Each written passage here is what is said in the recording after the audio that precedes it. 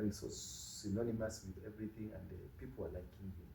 So he wanted to capture that moment, and of course he captured the moment. He was called by Biden. He was taken to the White House. He was inaugurated as the African leader because he was being made to become the prefect of Africa. Unfortunately, Biden didn't make it. Harris didn't make it. Trump made it, and that's what the end of beloved president in terms of American relationship with Kenya. And therefore, everything, all the agendas that they had went up in smokes. Wow. Yeah. So last but not least, is it true Libya was the only country during his time that never had any Western debt in Africa? Yes, completely, and that is what made America, IMF, and World Bank not to be happy with Libya, because for them they want to enslave Africa or enslave any country so that they can indebt it. You know what they do? What they go to the countries that has money, like they go to Kuwait. Kuwait is selling a lot of oil. They go to Qatar. They go to Saudi Arabia. They take money from Saudi Arabia. That is at 1%. And that money will be taken to IMF and World Bank. Then will be given to Africa at 24%. You see, for them they pick a loan at 1%. But when giving to African, they give. So without further ado, let me introduce him. Why do you think you're privileged? I'm so privileged because I've never met you. I have met you, but I've never. You've never done one-on-one together? Yes. Okay, that's good. So that is why you're privileged. Yes, I'm so privileged. Oh, we thank God because of that. Then I'm also privileged. What's your name again? My name is Nyawera. Nyawera. Yes. Do you know the meaning of the name Nyawera? I do know. You don't know? I do know. You do know? Yes. Okay. I'm so hardworking. What brought you here? So there was a time you said you went to Libya to meet Gaddafi. Yes. So I'd like us to discuss one or two things about Libya. And I've got so many questions. I think like 10 questions for you. And I'm hoping that does it cover all of them. We'll try. Even if we do two, we can do the rest tomorrow. Sure. Yes. So how was Libya before the downfall of Gaddafi? First of all, you should have asked me, why did I go? What made me to go to Libya? Oh, sure. The reason of going to Libya, it was not very personal, but if you remember, Gaddafi wanted to become the president of the United States of Africa. Then his vision was to build a united African state. That no boundaries. His was about to destroy the boundaries that were created by the colonial masters. So he was working very hard to unite Africa and to make Africa one. It's not only me who went there, also people like Ndura Waruinge, they went there. People went differently. Me, I went at different time. I remember through the ambassador that was the Libyan ambassador to Kenya, the one that called me, and they said that his president would want to meet me. And he told me people like Ndura already they had gone, and some other people, different people, the elders, the Kikuyu elders, Kikalenjin elders, Kamba elders, and also the Luo elders. They had also traveled to Libya. He had sent his private jet to come and pick us at Mt.Kenya International Airport. It's a private jet. Mine was a private jet. Others went with a commercial jet. Me, I went to the private jet. Allow me to cut you short. Yes. Why? Maybe there's somebody who is watching you and doesn't know how you went there. What? Ulikuwa kwa kikundi gani or what? Nilikuwa kikundi cha special envoys. I was not alone. We were with other people, but these people were people termed as special envoy. People that were regarded as they had leadership in society, and therefore we were about in the plane. We were about 25 that went to Libya. But previously we had this guy from Kiambu, Embakasi Renchi, the former chairman, the late former chairman, was amongst the people that went also Ali, Akinamine Jenga, and the other group went to Libya. Me, when I was there, I was taken to Benghazi in Libya, where Gaddafi had a tent meeting, where we used to meet people there. So that is where we went. We met him. We were meeting him privately. And as we were meeting him privately, he had some issues. One thing I was shocked to know that he had my profile with him about me. Then I was from Mungiki, and he was happy for me because I'd become a Muslim. And this is what that made him to be so happy, because he wanted everybody to be a Muslim. And he wanted Africa to be a Muslim state. And also he wanted that all of us become Muslim. Katika hiyo hali ndio tukakaa chini, we sat with him, and remember that day, even the president of Liberia, that woman, Sally, was amongst the people that were attending. They come to see the president, and many leaders from Africa, many community leaders, and people from the NGOs. There's people from NGO organizations. There's a name, the activists, the media people, media personalities, business personalities were also there. I was not alone, there were so many. He was really pleased with me because he wanted me to join his forces, to join his campaign team to make Africa become one nation. For him, he found it was not necessary to have Kenya, to have Uganda, to have Tanzania. For him, he really wanted to have a United States of Africa. And he had a very good idea. In fact, the reason why he was killed by the Americans is because of that good idea. Because Americans would want us to remain fragmented as Kenya, as Uganda, as Tanzania. And then make sure that we don't come together as one nation. Because when for us coming together as one nation scares these people badly, because they want to exploit Congo alone as Congo, and they want to create warfare between the DRC and Rwanda, and then Burundi, then Angola, then Kenya will be fighting Tanzania, then Somalia will be fighting Somaliland, then South Sudan will be fighting North Sudan. That is what the colonial master will want. As they take our resources. That is what really Gaddafi really wanted to stop. Because when we moved around Libya a little bit, and it was amazing. It was really amazing. No human being in Libya then that didn't have a house. Once you come out of school from 4, you finish your from 4, it was optional for you to continue or get into college. It was optional, but education was absolutely free. And from there, if you are a teenager or a bachelor, you are given a salary of a bachelor, whether you're working or not. You're given a salary, and then you walk through that life of being a bachelor until you get a job. Once you get a job, now you're employed, you are given an official salary, which is added. Then from there, you are given all social amenities, the insurance, and everything is provided for by the government.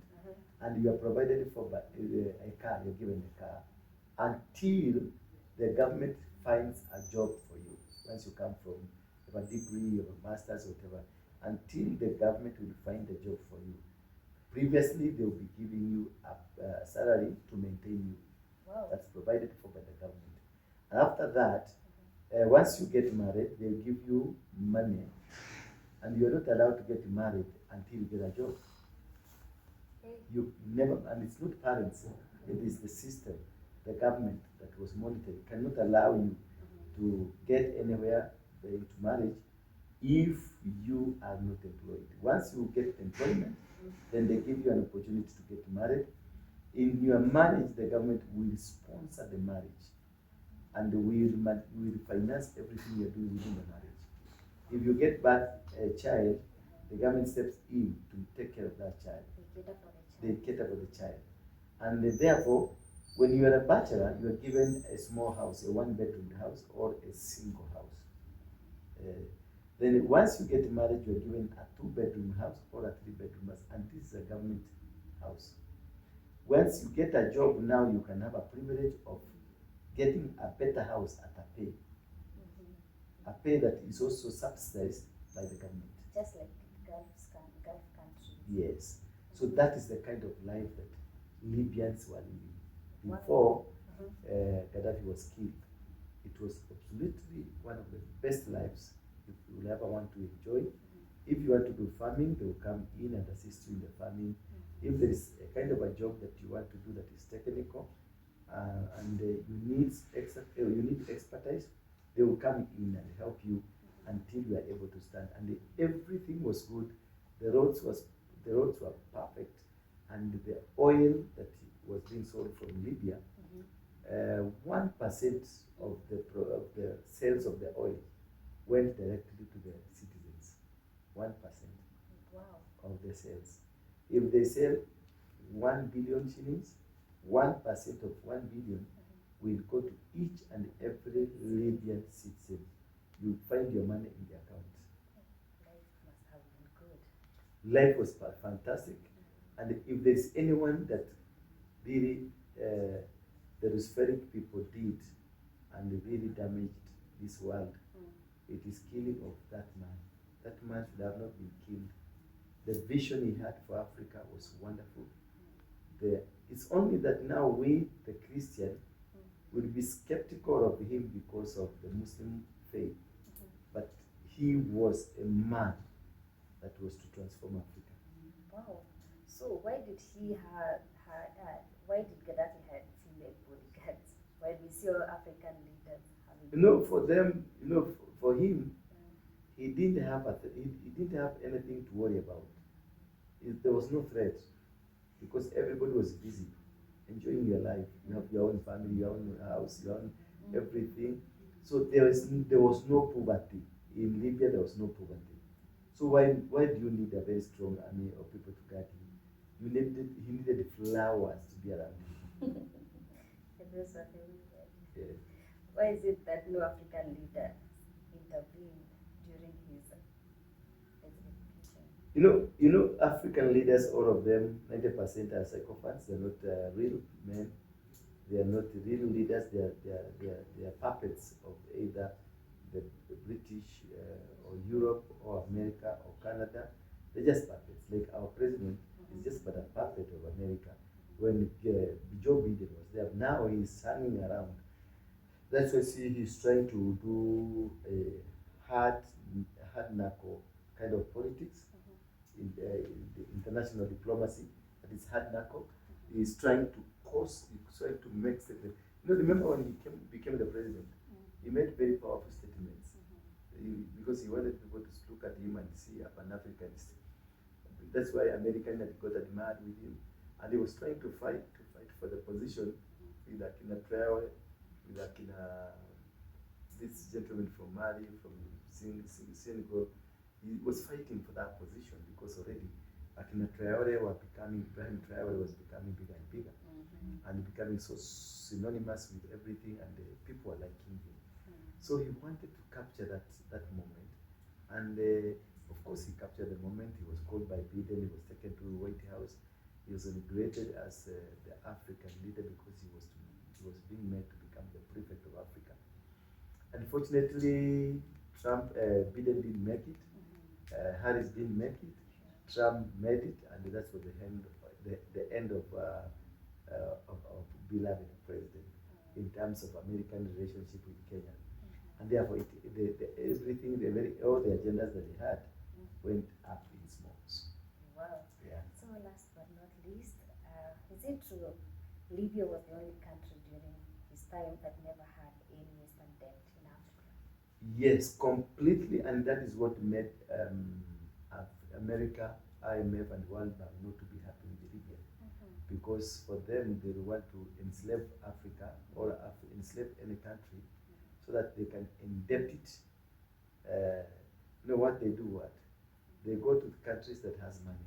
Like they go to Kuwait. Kuwait is selling a lot of oil. They go to Qatar. They go to Saudi Arabia. They take money from Saudi Arabia that is at 1%. And that money will be taken to IMF and World Bank. Then will be given to Africa at 24%.